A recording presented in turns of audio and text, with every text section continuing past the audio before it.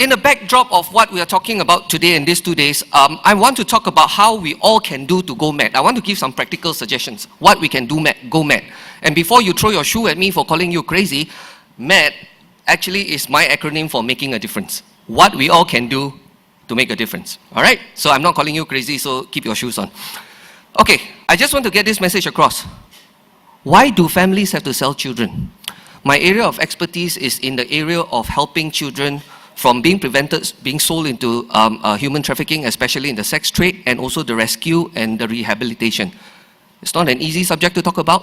A lot of companies don't like to talk about this because it goes into an area of the dark side of tourism and the underground underbelly and law enforcement and all that. But if this message doesn't get across, there'll be our children's future at stake here. So for the next 5 minutes, I'm going to bring you into my world about child exploitation and what we can do to prevent it. So, root cause of families, why they have to sell children. You look at the exploitation of children in Southeast Asia in the tourism industry. In India, I see if I can get, it says here, many families are unable to afford the basic necessities of life, which forces the parents to sell their children. This is even here, right in our backyard. Child trafficking is a $343 billion trade in India. And this article was published in November last year. Very new, fresh data. There's money to be made in selling children. It's like a can of tuna fish. It's sad. I came back from Mexico, did the same project there. Mexico, Latin America.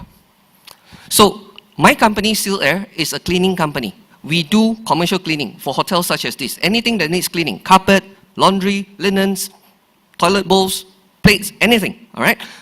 How does a cleaning company get involved in the area of child protection? Okay. So we work with this organization called International Child Protection Network, and this was the case that I was involved in about 2-3 months back. You know, pedophiles, people who have abused children, they have sex with children, they have their own little network.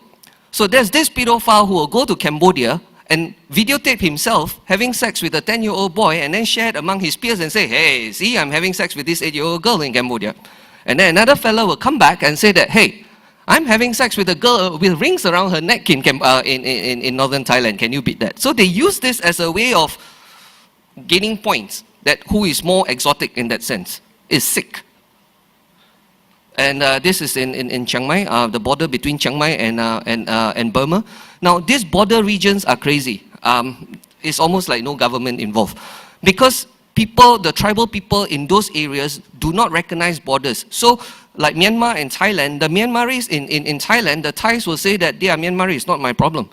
And the Myanmar government will say they are in Thailand, they are not my problem either, they are yours. So, how do you protect a bunch of people who are not recognized even by their own countries?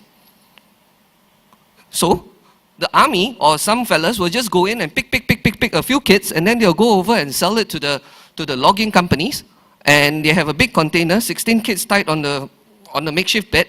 They pay $2, go in and do whatever you want. And when the kids fall sick, they take them and throw them away and then go and get new merchandise. Sad. Okay. If you forget anything about what I say today, just remember, in the area of child protection, we go for what I call the 3 Ps and the 3 Rs. P stands for prosecute, prevent, and protect, and the R stands for rescue, recovery, and reintegrate. I started my career in the recovery and the reintegration part after saving the children. Getting a bunch of SWAT fellas with balaclavas over their head kicking down the door and, you know, catching bad people, that's the easy part. 20 minutes operation is finished. But when you rescue 269 children in that operation, what do you do with the children? The recovery and the reintegration takes a long, long time. So I was thinking, instead of rescuing the traumatized kids and helping to recover and reintegrate, how do we do, what do we do, what can companies do, what can you sitting down there do to do the prevention and protection? So it took me a while to develop this program. We call it Soap for Hope program. It's the little soaps like this in the hotel rooms that after one day of people staying in the hotel will throw it away. They'll never recycle it. So if you look at a hotel room, a typical hotel with 400 rooms, with a weight of soap of 80 grams, yeah?